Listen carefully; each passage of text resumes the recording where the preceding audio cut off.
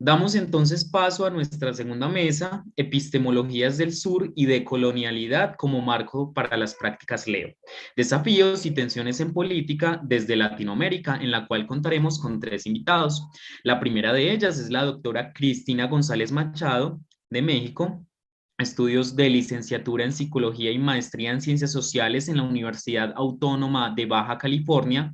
Es doctora en Ciencias de la Educación por la Universidad Autónoma de Coahuila.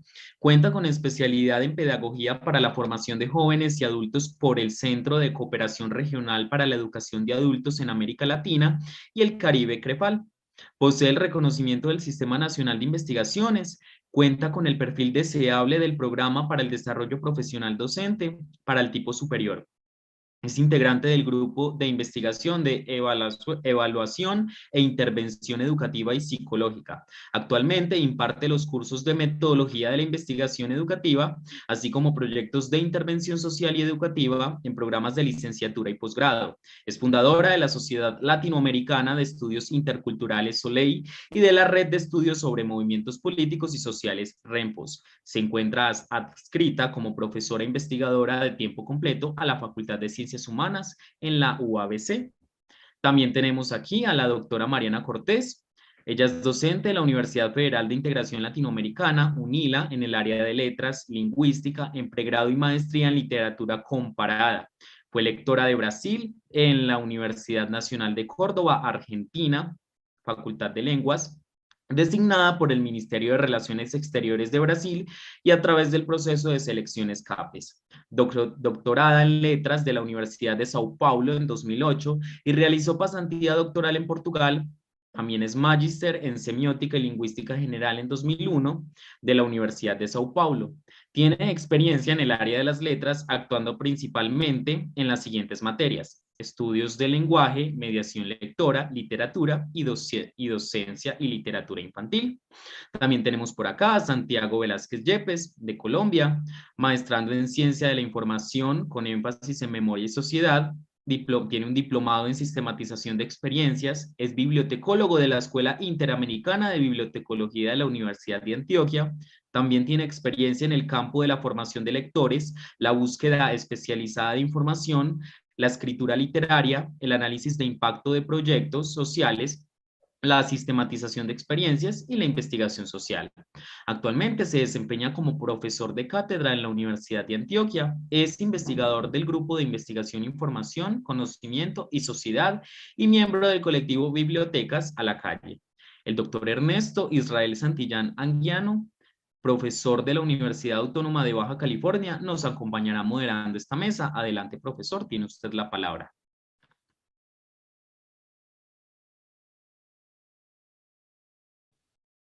Muchas gracias, Johan.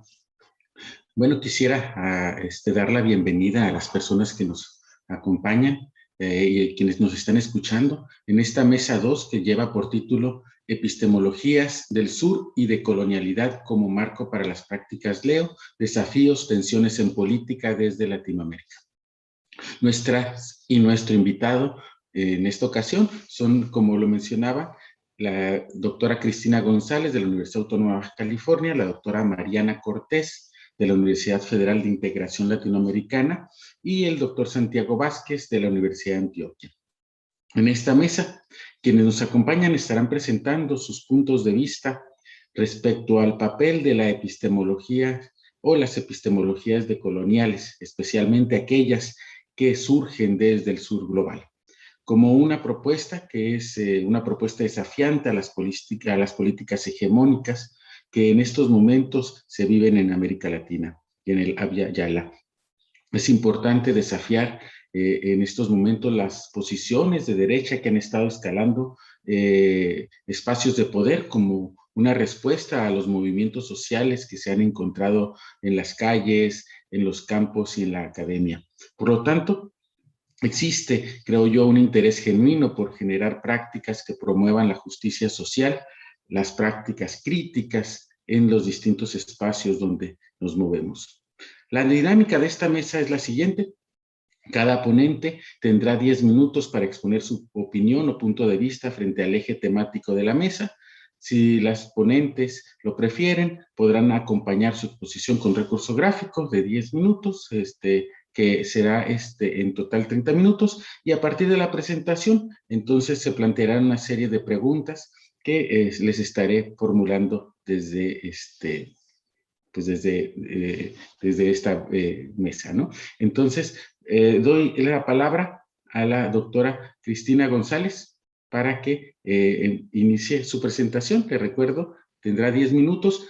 Un minuto antes de que termine su tiempo, les estaré comentando por el micrófono. Bienvenidas, bienvenidos.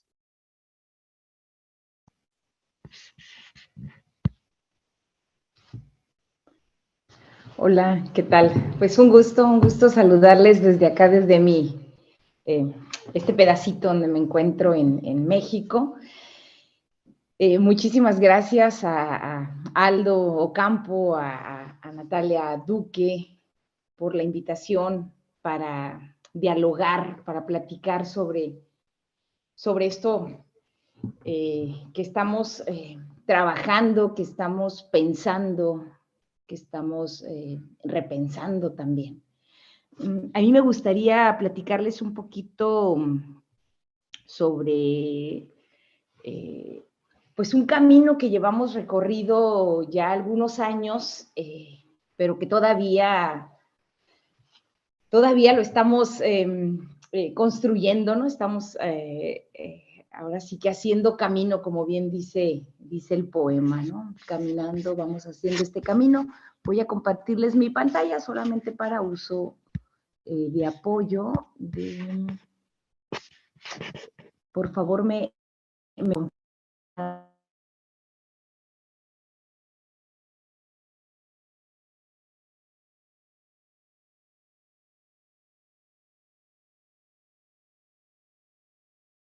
Cristina, vemos tu presentación, pero se te apagó el micrófono. Se apagó el micrófono. Ya me había pasado esto con esta plataforma Zoom. A ver, voy a buscarle por aquí. Quizás ya se están pasando los minutitos, ¿verdad? A ver. Bueno, es nada más un apoyo visual. A mí lo que me interesa pues es platicarles lo que hemos estado trabajando. Si no sirve el apoyo, pues bueno, lo importante es generar este diálogo. Ya me presentaba ahorita, soy Cristina González, vamos a platicar sobre posicionamientos epistemológicos, entendidos como estos marcos de pensamiento que van orientando nuestras formas de pensar, de conocer, de interpretar nuestros mundos, ¿no? Entonces, en esta mesa de epistemologías del sur y de colonialidad, precisamente nos va ubicando ya no solamente en una corriente de pensamiento, sino en un posicionamiento actual que nos enfrenta a estos desafíos, ¿no? A estos desafíos para repensar. Hace un momento les comentaba de cómo se desarrollan y construyen conocimientos, ¿no? En este marco de las lecturas, las escrituras, las oralidades. Yo quería comentarles cómo a mí me inspira mucho el trabajo aquí en México de las comunidades zapatistas, el Ejército Zapatista de Liberación Nacional.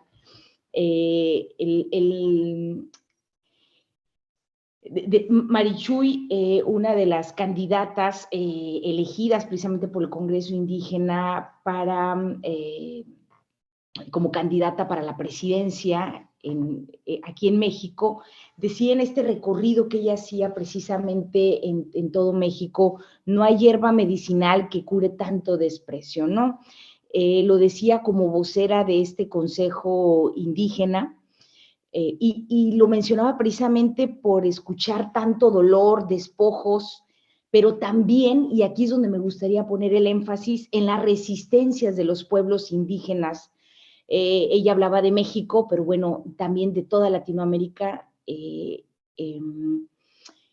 Es un honor, pues, poder platicarles un poquito sobre este posicionamiento o esta inspiración que me lleva precisamente a preguntarme quién es el otro, ¿no? Desde posturas éticas de cómo es que construimos conocimiento, cómo es que nos posicionamos ante aquello que leemos, ante la palabra, el papel que juegan las otras personas, el otro, la alteridad, el papel que juegan nuestros propios valores, y desde luego esto nos va encaminando a ese posicionamiento, ¿no? El poder cuestionarnos esto, ¿no? O sea, ¿para qué nos sirven estos textos? ¿Para qué nos sirve escucharnos? Hace un momento en la plática, en el diálogo también de Aldo, cómo estamos en una constante reflexión, ¿no? No solamente quedarnos en esta postura, como bien lo dices, del pensamiento Hugo Semmelmann, teórica, ¿no? De pose, de la teoría crítica, sino transitar a lo práctico también, a lo que vivimos día a día, a lo cotidiano, a rescatar también, a posicionarnos como sujetos, ¿no? Rescatarnos como sujetos creadores, constructores, ¿no? Fíjense, a mí también me interesa mucho cómo hay un recorrido de todas estas perspectivas epistemológicas para ahora ya no solamente llegar a este posicionamiento de colonial, a este diálogo que se está construyendo desde el globo sur, ¿no? Estos diálogos de diversidad, de manifestaciones de resistencias, que hace un momento mencionaba acá en México, la experiencia en México, de estas resistencias en las sociedades, ¿no? Ante vamos a llamarle así, caducado sistema económico, social, cultural, político, cómo rescatar desde esta posición epistemológica, superar precisamente estos marcos interpretativos y explicativos del mundo desde las visiones eurocéntricas. Reivindicar la diversidad, yo creo que ahí es donde está el foco, reivindicar la diversidad para poder conocer, interpretarlo, pero también construirlo, como también lo mencionan, desde los diálogos, desde la horizontalidad, desde este concepto que nos pone en la mesa Boaventura de Sousa, ecologías de saberes, y desde luego para poder llegar a lo práctico de estos conceptos, pues es reconocernos como sujetos, reconocer la alteridad, reconocimiento mutuo, el poder acercarnos a la interculturalidad, no solamente como un campo de conocimiento, sino también como una comprensión del mundo y de los mundos posibles. Desde luego, cuando hablamos desde estos aspectos decoloniales, epistemologías del sur, que en los discursos, en la discursividad academicista, está ahorita permeando, desde esos espacios también hablo, ¿no? También habrá que reconocerlo, también habrá que reflexionar sobre eso, dialogar con nuestros pares, con colegas sobre esto, cómo está permeando, ¿no? Porque también es cierto que el tener esta posición epistemológica como marco interpretativo del mundo nos lleva a una convergencia política. Ese sería el desafío político, ¿no? Esta convergencia ideológica de quienes nos encontramos y dialogamos también, precisamente por un respeto a esta diversidad, por un respeto a la otredad, ¿no? Desmontando estas visiones totalitarias, estas visiones hegemónicas que también escuchamos, ¿no? Sobre la diversidad sexual, étnica, clase, religión, ¿no? También escuchábamos a Gunther Dietz en otro evento, también cuestionarnos esa diversidad, ¿no? cuando hablamos desde la posición epistemológica de la decolonialidad, estamos aludiendo a dos elementos básicos, ¿no? Y lo platicaba con un colega yo, que es la noción de los sujetos Un y la minuto, noción Cristina. de ¿sí? ¿Quién valida estas lecturas? ¿Quién valida? ¿Cómo es que nos acercamos? Muchísimas gracias, Ernesto. ¿Cómo es que nos acercamos hace un momento también mencionaban a Paulo Freire, ¿no? ¿Cómo es que nos acercamos también a todas estas comunidades que siguen viviendo la opresión? Mujeres, hombres, jóvenes que siguen viviendo con la injusticia, en la opresión, en la exclusión, ¿no? Sin duda, dejo más preguntas que respuestas, pero el sentido de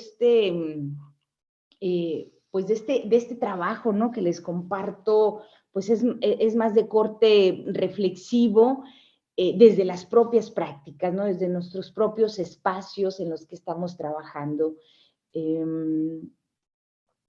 Me gustaría comentarles, y nada más para cerrar, que el trabajo que hacemos desde lo académico está atrasado en términos de lo que vivimos, de lo que nos reta lo social, lo político, lo cultural. Sí, pues bueno, con eso cerraría. Muchísimas gracias.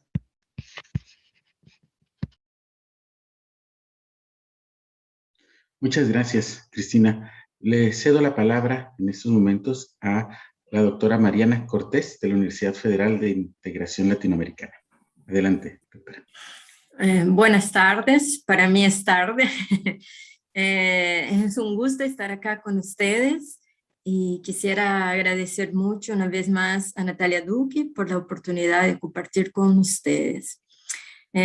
Hoy voy a leer el texto por el tema del tiempo, ¿no? Pero estoy a la disposición para charlar después. Yo titulé mi presentación Leer, Escuchar y Hablar desde bibliotecas preexistentes. Lo que voy a presentar en esta ponencia son posibilidades de leer, escuchar y hablar en bibliotecas, sean ellas públicas, escolares o comunitarias. Voy a intentar en esos pocos minutos establecer contactos entre pensamientos que vienen desde la pedagogía, de la literatura y formación de lectores y las propuestas decoloniales. Aidan Chambers, pedagogo británico, propone el término conversaciones literarias en escuelas con niños y niñas. Su enfoque tiene el objetivo primero de formar lectores literarios a través de la conversación, porque él entiende que la crítica no es más que hablar sobre textos, a partir de nuestras experiencias literarias, artísticas y personales.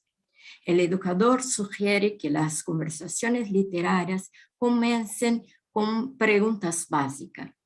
Lo que le gustó de la historia, lo que no te gustó en la historia, lo que te sorprendió o desconcertó, y las conexiones y cuáles son las conexiones que se pueden establecer. De las respuestas de los niños y niñas surgen temas que pueden ser de naturaleza ética o de la convivencia con sus pares en sus comunidades. De la charla informal se conduce a la conversación formal en la cual el metalenguaje literario y artístico empieza a producir o ser introducido en estos términos, y en esos términos los estudiantes van apropiándose de la crítica, del hacer crítica literaria. Partiendo de ese enfoque propuesto para la escuela, pensamos en posibilidades de acercamiento a la literatura en espacios distintos del escolar, pues comprendemos las bibliotecas como oportunidad o libertad para estar desde perspectivas otras. ya que en muchos casos o comúnmente la escuela es entendida desde las imposiciones y visiones jerárquicas. Tomando la idea de Chambers, escuchar la respuesta de los niños y niñas para formular temas de discusión, negociación y construcción de sentidos colectivos, entendimos que esta estrategia nos lleva casi que naturalmente a los círculos de cultura presentados en Educación como Práctica de Libertad de Paulo Freire. Empezamos a entender la posibilidad de la conversación literaria como un espacio democrático de discusión en el cual cada participante toma la palabra para exponer, reflexionar sobre sus argumentos desde su punto de vista, desde su voz, desde su experiencia, y también de la escucha de los demás. Desde ahí propusimos la práctica en ambientes diversos, no en el marco de la inclusión de la diversidad, más en el sentido de que niños y niñas puedan experimentar el literario, ya sea escrito o oral, tanto en las bibliotecas comunitarias como escolares en la triple frontera Argentina, Brasil y Paraguay, por el proyecto Viviendo Libros. Con las acciones de lectura literaria, pretendemos reunir los círculos de cultura que se desarrollan bajo una línea horizontal en que hay, en lugar de profesor, un mediador, facilitador, alguien que también se expone y forma parte del colectivo y hace parte de la comunidad que construye la lectura en su tiempo, en su espacio, actuando para el proceso de reflexión y transformación, donde se crea un entorno para compartir saberes, dudas, siempre a través del contacto con diferentes voces, ya sea el texto, el autor, el ilustrador, el compañero o compañera del círculo y sus ideas. Esta práctica indica que la mediación de lectura literaria está intrínsecamente relacionada a los deseos, angustias, esperanzas de los participantes y que es en el diálogo que fluye el cambio de saberes de esa comunidad. En nuestro caso, niños y niñas, volviéndolos una comunidad interpretante en el marco que propone Stanley Fish. En el espacio creado no se utiliza el artificio de la imposición del conocimiento o de la lectura única, como ocurre comúnmente en las clases. Es en ese sentido que pretendemos repensar la educación o la pedagogía, tanto en su entendimiento común, pero también entendiendo la pedagogía como formas de ser, estar, pensar y sentir desde perspectivas otras. De Freire pasamos a la pedagogía decolonial, tratada aquí a través de las reflexiones de Catherine Walsh, investigadora norteamericana residente en Ecuador. Ella ha trabajado con Freire y sus ideas están muy en sintonía con las de él, aunque tome las ideas del pedagogo brasileño a partir de sus experiencias y vivencias. Las propuestas decoloniales entienden que la tensión en América Latina no está apenas en la lucha de clases tal como lo entendieron en otros tiempos, como en el tiempo de Freire, sino específicamente en el rasgo, en la intersección de la perspectiva racial y de género.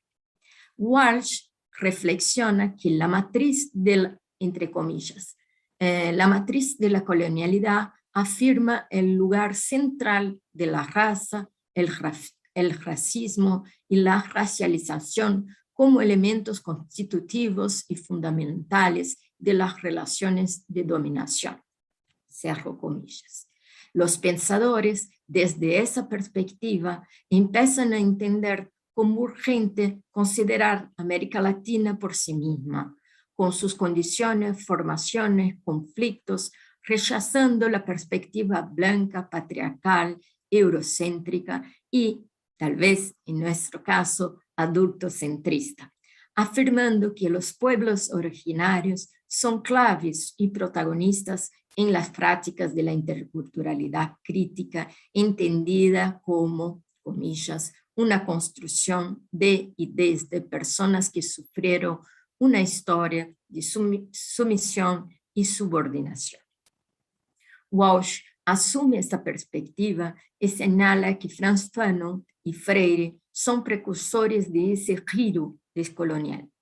Fanon pensaba en la cuestión racial y su estructura resultante como el eje fundamental de la condición opresora del pueblo.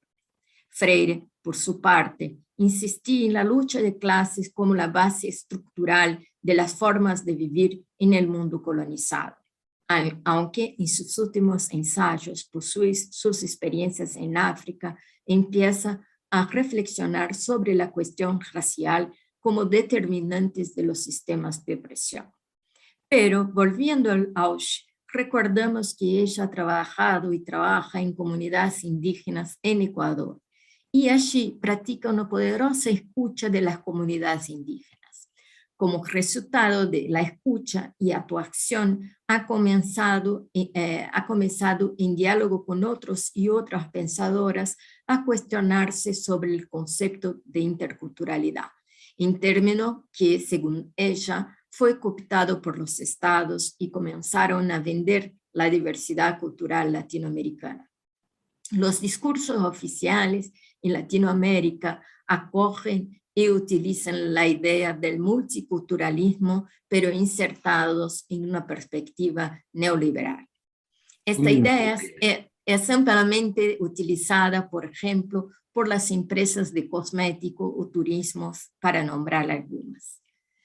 La perspectiva decolonial comprende que los estados se apropian de una comercialización multicultural en que las tensiones raciales se diluyen y la diversidad étnico-cultural se convierte en mercancía.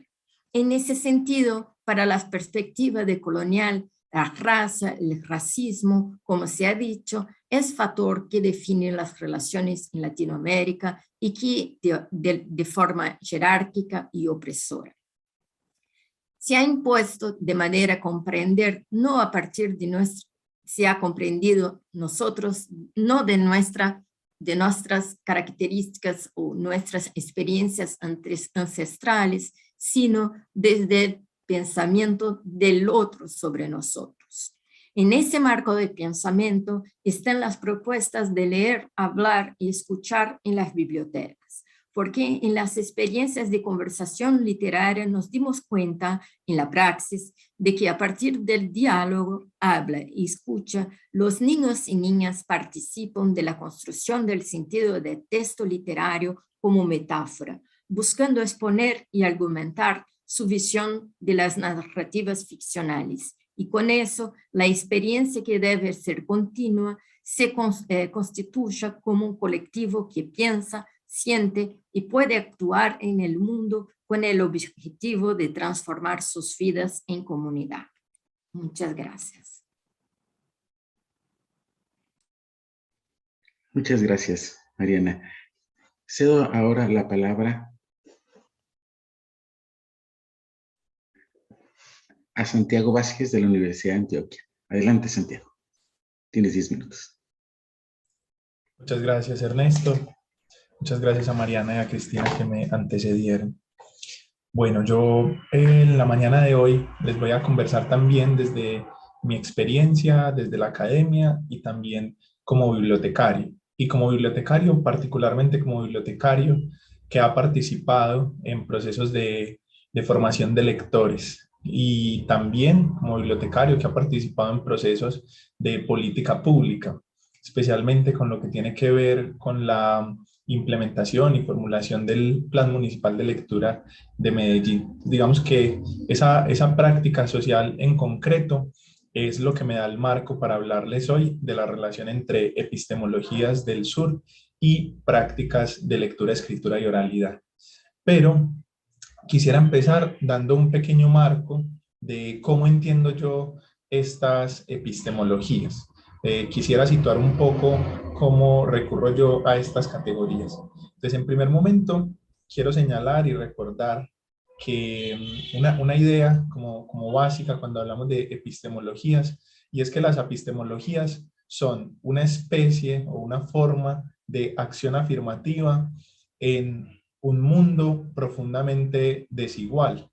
En la base de las epistemologías del sur está la idea de que sin una justicia cognitiva no hay una justicia global en general. Entonces, eso es lo primero que quería resaltar.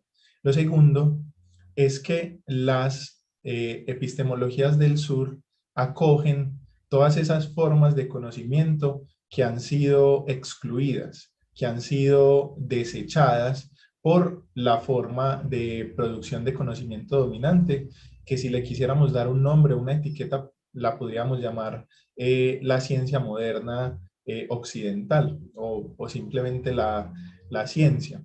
Entonces la epistemología del sur lo que hace es ser una acción afirmativa en contra de ese efecto residual que genera la ciencia moderna, porque la ciencia moderna es una ciencia que avanza desechando o negando otras formas de conocimiento, diciendo esto es legítimo mientras esto otro no.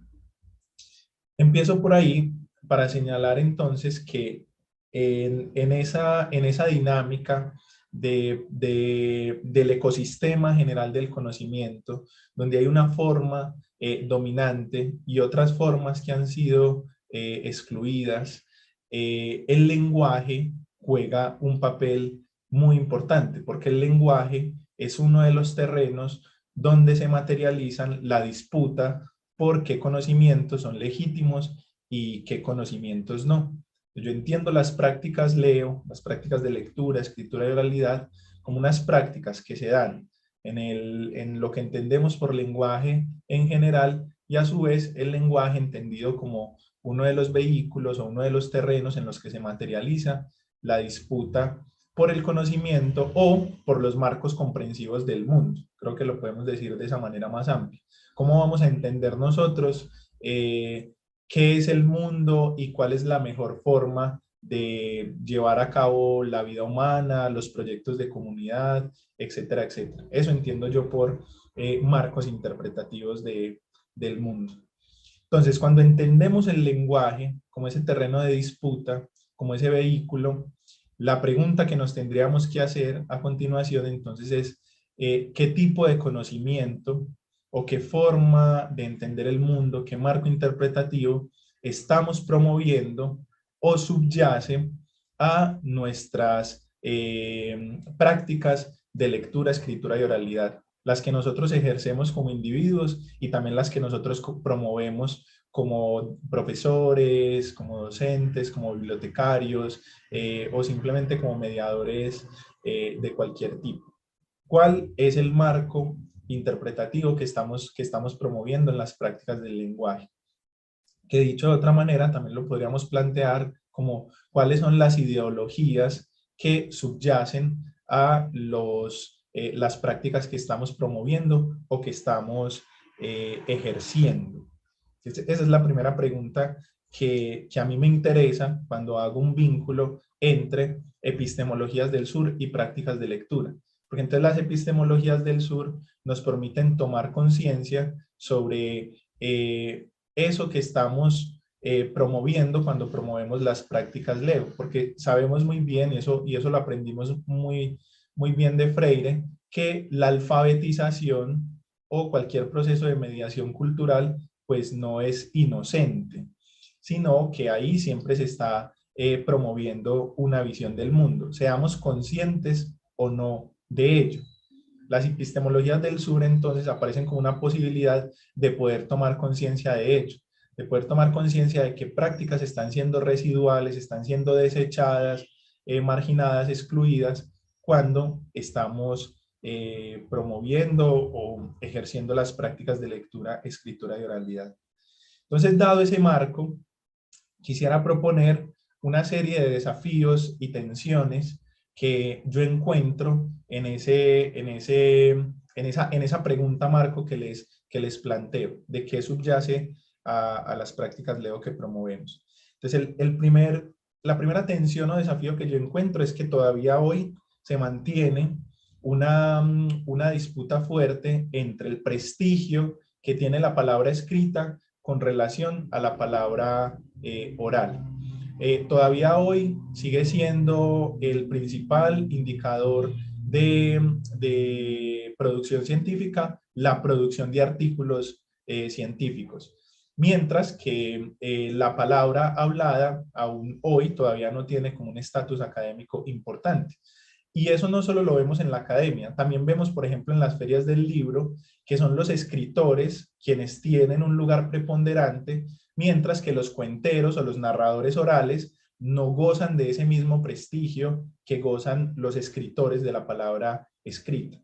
Entonces hay una primera tensión que todavía está pendiente por resolver. El prestigio intelectual, si se quiere, o político que tiene la palabra escrita con relación a la palabra oral.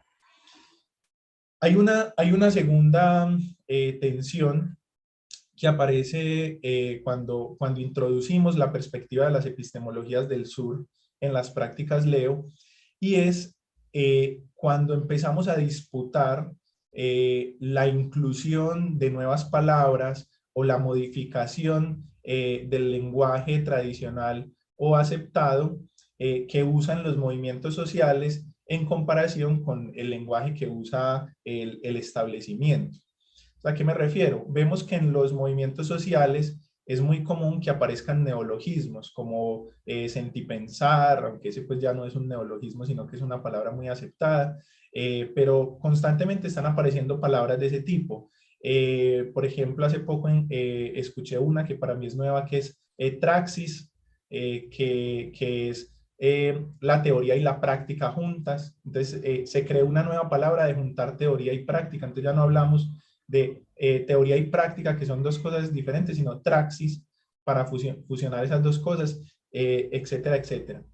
Cuando empiezan a aparecer esos neologismos y son acogidos por movimientos sociales subalternos, eso genera mucho ruido.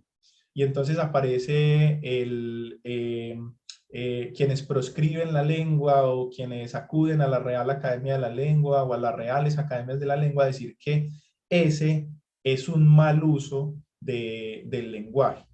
Entonces encuentro que cuando hablamos de prácticas de lectura y escritura, hay una tensión muy fuerte con lo que tiene que ver con la institucionalización de la palabra, con quienes dicen que se habla de una manera correcta o se habla de una manera incorrecta. También uno de los ejemplos que podría mencionar en este caso es lo que tiene que ver con el lenguaje incluyente o que algunos llaman lenguaje inclusivo. Entonces, cuando empezamos a hablar a modificar una letra por una X o hablar en femenino para hablar de la generalidad, etcétera, etcétera, aparecen quienes proscriben la lengua o son puristas de la tradición y entonces dicen que se está haciendo un uso incorrecto de la lengua. Yo creo que ahí es también uno de los grandes ejemplos de cómo se materializa la disputa por los marcos comprensivos del mundo en el lenguaje.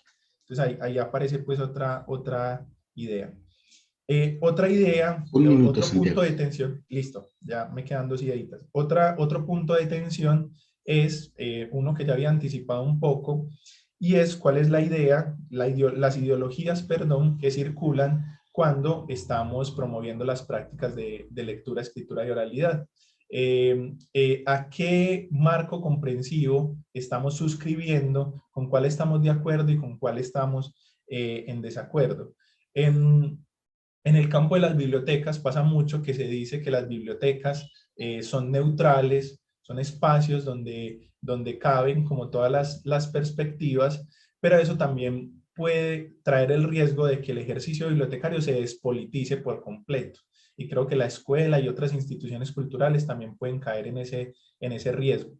Entonces, las epistemologías del sur, cuando hablamos de prácticas Leo, también nos permiten identificar cuáles son las ideologías con las que estamos de acuerdo y cuáles estamos desechando, es decir, tomar posición Es una perspectiva teórica o un marco comprensivo que nos permite tomar posición.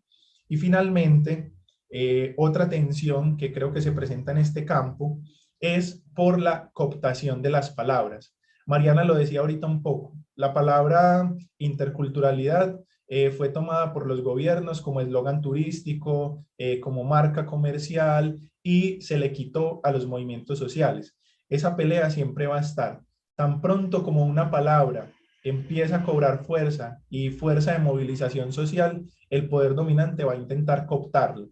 Entonces, la disputa por las palabras es también las epistemologías del sur nos permiten observar dónde se están dando y en qué punto no nos podemos dejar quitar las palabras. Y bueno, dejaría por ahí.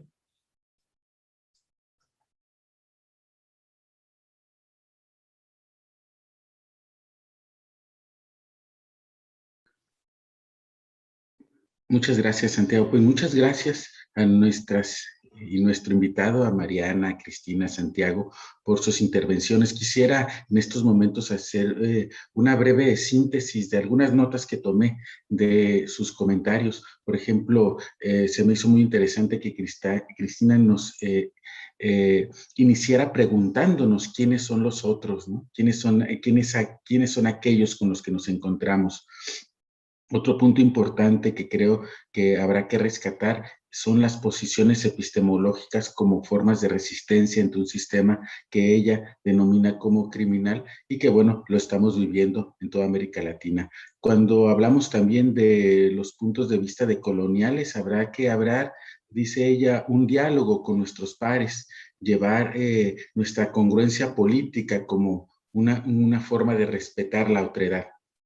Y finalmente cierra su intervención con una pregunta que creo que es muy interesante. Bueno, ¿cómo es que nos tenemos que acercar a las comunidades que viven esta opresión y cómo podemos nosotros desde la academia precisamente tener otras formas distintas de las que tradicionalmente la academia se acerca a ellas? En el caso de Mariana, bueno, ella nos empieza a hablar acerca de su experiencia con las bibliotecas como espacio de libertad. La experiencia en estos círculos de lectura como práctica democrática, donde cada uno de los participantes va a ir reflexionando sobre su experiencia de vida. También nos habló sobre esta experiencia tan interesante en la triple frontera de Argentina, Brasil y Paraguay, y cómo en estos círculos poco a poco el diálogo se va convirtiendo en el camino para el intercambio de saberes. Y en este proceso, bueno, van surgiendo propuestas decoloniales que se encuentran, como bien lo comentaba en su caso retomando a Catherine Walsh, cómo se encuentran en intersección lo racial y el género como los elementos que en este momento son más importantes, ¿no?, para trabajar las propuestas decoloniales. En el caso de Santiago, pues nos habla acerca de, bueno, cómo las epistemologías del sur recogen las voces que no han sido escuchadas, ¿no?, históricamente. También nos habla acerca del papel del lenguaje como espacio de lucha en el ecosistema de conocimiento o los marcos de interpretativos del mundo, que les llama. Y también se pregunta, bueno, ¿qué tipo de conocimiento estamos promoviendo? Y para ello nos hace una reflexión acerca de 4 puntos que es importante rescatar en estos momentos. La disputa entre la escritura y la oralidad, la institucionalización de la palabra, las posiciones ideológicas que tenemos que asumir y, bueno, la cooptación de las palabras que finalmente el sistema hace para ir desarticulando los movimientos sociales y los movimientos contrahegemónicos. Quisiera abrir un espacio para cada uno de ustedes. Quisiera hacer un comentario final para cerrar esta mesa. Les daría un minuto si quieren comentar alguna idea que cierre precisamente el diálogo que abrimos en esta mesa. ¿Quien guste participar o seguimos con la misma lógica de las presentaciones? No, pues si gustan, adelante, Cristina. Muchas gracias. Sí, muchas gracias, Ernesto. Muchas gracias también, Mariana, Santiago. Me encanta escucharles, me reflejo en esta constante reflexión. Es una constante reflexión porque la realidad nos interpela. Pues, o sea, no podemos, a mí me gustaría cerrar con eso, Ernesto, lo que vivimos, o sea, y otra vez, ¿no? O sea, caemos en los marcos epistémicos, ¿no? O sea, ¿qué es la realidad? O sea, ¿cómo nos acercamos a la realidad? Acá, desde este pedazo que yo les saludo y les abrazo también, estamos enfrentándonos a todo un proceso también de procesos migratorios muy fuertes, una movilización también por la lucha de los territorios, por este proceso también de estar luchando por el agua. Estamos en el desierto y hay una lucha por la defensa del agua. ¿Cómo lo vivimos, pues, desde este discurso? ¿Cuáles son nuestros marcos para poder entender estas realidades, para poder ir construyendo desde estos pedacitos cotidianos, ¿no?, en los que nos desenvolvemos, sentir y tener una posición ante esto que vivimos, ¿no? Ante esto que vivimos, y bien lo mencionaba Santiago, ¿no? O sea, en estos movimientos sociales escuchamos antipatriarcal, anticolonial, ¿sí? Ahorita el proceso antimachista, ¿no? O sea, es ¿qué posiciones tenemos ante todo esto? No solamente discursivo, sino en lo real, en lo cotidiano, en la práctica, en la praxis, también decía Santiago. Yo con eso cerraría, ¿no? O sea, yo sigo reflexionando más que respuestas, es seguir construyendo este diálogo, seguir conversando, y me gustó mucho escucharles. Un abrazo, Mariana, Santiago. Muchas gracias, Cristina. Mariana, ¿con qué te gustaría cerrar? A mí me gustó mucho, me parece que todas las intervenciones se comunicaron y me parece que hay que seguir luchando, ¿no? Intentando estar en los territorios, hablar con la gente y que la universidad no esté apenas en ella, que salgamos y así podemos juntos pensar, repensar y bueno, y trabajar para transformar el mundo. Pues muchísimas gracias por tus palabras, Mariana. Santiago, ¿qué quisieras compartirnos? No, a mí me gustaría comentar, pues, a propósito de los puntos de articulación que encontramos entre las tres intervenciones, sin habernoslo propuesto. Y es que justamente esa es la idea de las epistemologías del sur, y es que es una perspectiva integradora, pero no homogenizante. Entonces, la idea no es que haya un conjunto de, no sé, de perspectivas teóricas o de formas de producción de conocimiento que son acogidas bajo un gran rótulo que es epistemologías del sur, sino más bien que en la independencia de cada uno, en la singularidad de cada una de estas perspectivas, se pueden identificar puntos de articulación y emprender procesos de traducción también, porque lo uno no termina diluido en lo otro, que creo que eso es algo que se corre mucho el riesgo cuando hacemos ciencia, y es que la forma de producción de conocimiento dominante termina diluyendo todo lo otro.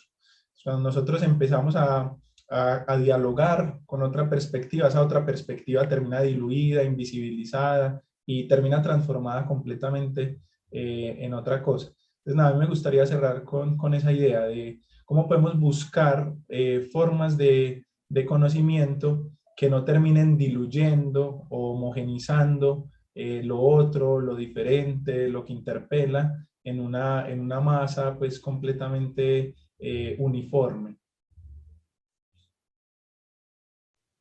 Pues muchísimas gracias a las dos, al tres, a todos, a nosotros que estamos aquí. Estos espacios de esperanza, aun cuando son espacios académicos, con lo limitado que son los espacios académicos en estos momentos frente a los grandes movimientos sociales populares, pues son también espacios donde se generan también cambios, y creo que esas son las propuestas que escuchamos el día de hoy. Quisiera dar las gracias de nuevo por participar a los tres, al estrés, en esta segunda mesa, Epistemologías del Sur y de Colonialidad como marco para las prácticas Leo. Desafíos y tensiones en política desde Latinoamérica. Muchísimas gracias por participar, muchísimas gracias a las personas que nos están escuchando y nos están viendo desde otros espacios, desde otras realidades también. Y muchas gracias pues por poder compartir sus experiencias y sus pensamientos y sus voces. En esta compartición de experiencias también se comparten corazones y, como yo siempre digo, se comparten esperanzas. Y como comentaba Mariana, bueno, hay que seguir luchando y hay que seguir resistiendo desde todos los espacios. Muchas gracias a todos y a todos.